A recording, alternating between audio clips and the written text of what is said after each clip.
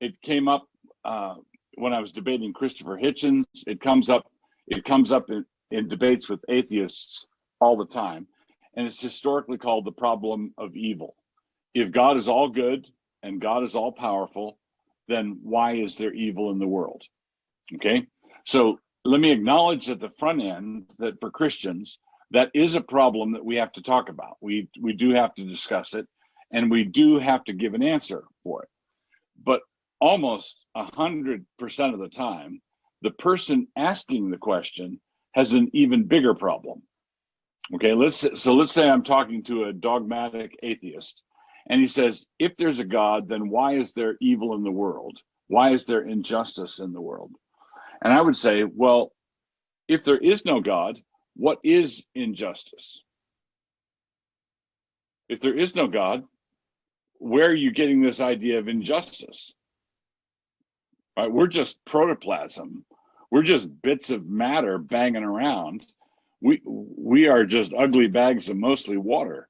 And there is no God. We're just atoms clashing. And if we are just atoms clashing, if the world is simply a materialistic thing grinding away, time and chance acting on matter, then the Holocaust or Auschwitz or a horrendous war, genocides are just, it's like foam off of the sea. It's nothing. It's like swamp gas. It doesn't matter.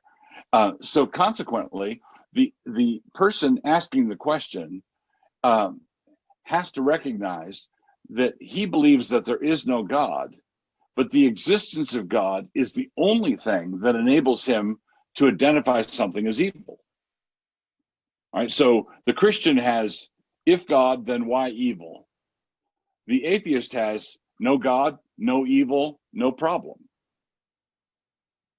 Right? So I'd say to the atheist, why are you so upset? You just believe that our lives are meaningless. So basically, I would say that the problem of evil is a problem that the atheist has because he can't give an accounting for evil. Now, and he says, okay, you got me. I've got to think about that. But why don't you answer the question? All right. And so the question, the answer that I would give is that, okay, so first, that that without God, you don't have any sense of evil. So the Christian does have a definition for evil, but then he has the question, why does God allow it? Right? Why does this good God allow it? And the biblical answer is God allows and decrees evil for his own glory. Right? God created, so it's I think indisputable that the world is a screwed up place and that God put it here. Right? If we believe that God is the creator, and if we believe that God is everywhere, if we believe that God is all powerful, then what's going on is going on at the bare minimum with his permission. God could put a stop to everything right now. God could fix the mess in Afghanistan right now. God could fix world hunger right now. God could fix all of those things right now. And the answer, I think the only intellectually honest answer, is that God doesn't do it because he doesn't want to, and he doesn't want to because he wants to teach us how to do it. He has converted a people to himself. He has formed the church. He has given us our marching orders, and those marching orders include discipling the nations, teaching them to obey everything Jesus commanded. And that means the amelioration of evil. As people are converted and they start following Christ, we're going to be tackling evil head on. There are natural evils that happen that insurance companies call acts of God. Yes. But those things happen. Those things happen because we are in a sinful world. I believe that if Adam and Eve had not rebelled, we wouldn't be dealing with tornadoes and hurricanes. We wouldn't be dealing with natural evils. So they're not the direct result of sins by people, but they are the indirect result of these sins.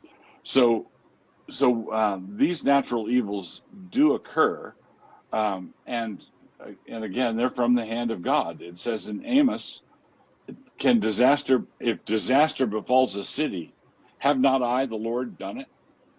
So God is sovereign over these things. But as I like to tell my people, they've heard me say this many times, God draws straight with crooked lines.